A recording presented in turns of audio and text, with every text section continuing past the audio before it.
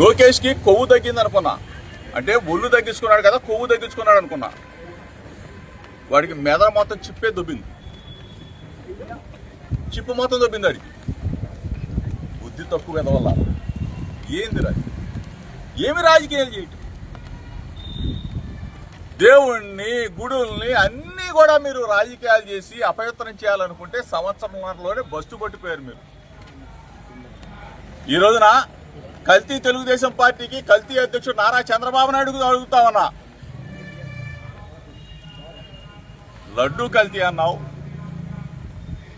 లేకపోతే పరకామణి కేసు అన్నావు, లేకపోతే నా మీద పెట్టిన కల్తీ మద్యం అన్నావు.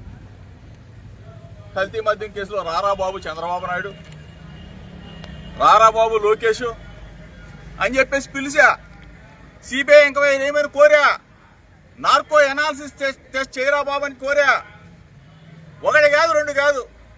తిరుమల వెంకన్న దగ్గరికి వస్తానన్నా, దుర్గగుడికి వస్తానన్నా, చంద్రబాబు నాయుడు ఇంటికి కూడా వస్తానని చెప్పా. ఆఖరికి లేదు మీరు రాలేకపోతే నా ఇంటికి కూడా ఆహ్వానించా. ఏది చేయకపోగా 83 రోజులు జైల్లో పెట్టారు. రాక్షసానందం పొందారు. ఏం చేయగలవు ఇంతకన్నా? నన్ను చంద్రబాబు నాయుడిని అడుగుతామన్నా, చంద్రబాబు నాయుడు కొడుకు లోకేష్ని అడుగుతామా? ఏం చేయగలరు బాబు మీరు? ముందు అతను బెయిల్ క్యాన్సిల్ చేయాలి, బెయిల్ రద్దు చేసేయాలి అయింది. ఎందుకంటే ఇలాంటి వ్యక్తి సమాజంలో బయటకు వచ్చి రెచ్చగొట్టే వ్యాఖ్యలు, ప్రజలను రెచ్చగొట్టే వ్యాఖ్యలు చేస్తున్నారు. ఒక ముఖ్యమంత్రి స్థాయిలో ఉన్నటువంటి వ్యక్తిని కనీస గౌరవం లేకుండా మాట్లాడడం, రెచ్చగొట్టడం ఏంటి? ఈయన చేసిందే ఒక దిక్కుమాల దరిద్రం. ఈయనంట వచ్చి దుర్గగుడిలో ప్రమాణం చేస్తారంట. ఆ ప్రమాణం చేయడానికి చంద్రబాబు నాయుడు గారు రావాలంట. ఏమయ్యా, చంద్రబాబు నాయుడు గారికి ఏం పని పాట లేదు? మీకంటే అక్రమాలు చేయటం, జైలుకి వెళ్ళడం, రావడం ఇదే మీ ఉద్యోగం. లేదంటే ప్రజల్లోకి రావడం, బూతులు మాట్లాడడం, లేదంటే సవాళ్లు సరటం, రెచ్చగొట్టడం, ప్రజల భయభ్రాంతులు గురి చేయటం, ప్రజల మధ్య గొడవలు, వివాదాలు సృష్టించి తన్నుకొని చచ్చేటు చేయటం మీ పని. కానీ చంద్రబాబు నాయుడు గారు అలా కాదు కదా. రాష్ట్రంలో ఉన్నటువంటి పరిస్థితులను చక్కదిద్దటం, పేదల యొక్క సంక్షేమం, వెనుకబడిన ప్రాంతాల అభివృద్ధి, అమరావతి అభివృద్ధి, పోలవరం అభివృద్ధి, విదేశాల నుండి పెట్టుబడులు తీసుకురావడం, కంపెనీలు తీసుకురావడం, యువతకు ఉద్యోగ అవకాశాలు కల్పించడం, ఇది ఆయన పని. ఆయన మీలాంటి దిక్కుమాలిన వెధవ చేసిన వెధవ పనికి ఆయన ప్రమాణం చేయడానికి రావాలా? నువ్వు నిజంగా ఆ పని చేయకపోతే ఎందుకు వెళ్తావు? నువ్వు ఎందుకు పోయావు? బెయిల్ మీద ఎందుకు వచ్చావు? ఇప్పుడు బెయిల్ కూడా క్యాన్సిల్ చేయాలి. నిజం చెప్పాలంటే ఇతని బెయిల్ రద్దు చేయాలి. ఒకటి ఫస్ట్ పాయింట్. రెండవది, ఇది నేను జోగి రమేష్కి చెప్పదలుచుకున్నాను ఈ మాట. ఏంటి, చంద్రబాబు నాయుడు గారి ఇంటికి వచ్చాను, అక్కడ కనుక ప్రమాణం చేయడానికి రాకపోతే నేనే మీ ఇంటికి రావాల్సి వస్తుంది. ఏం బెదిరిస్తున్నావా?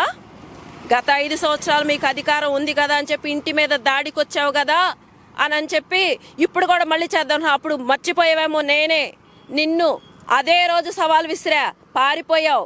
ఇప్పుడు మళ్ళీ అడుగుతున్నా, మా నాయకుడి ఇంటికి కాదు, కనీసం ఆ రోడ్డు దగ్గరికి రాను. మా నాయకుడి ఇంటికి నువ్వు రావడం కాదు, మా నాయకుడు రానక్కర్లేదు, మేం చాలు. నువ్వు వచ్చి రోడ్డు మీద నుంచో, తుక్కు ర్యాగ్ కొట్టి చిత్తు చేసి నిన్ను పంపిస్తామేంటో అనుకుంటున్నావేమో. పార్టీ లైన్లో ఉంటాం, బాబు గారి క్రమశిక్షణలోనే ఉంటాం.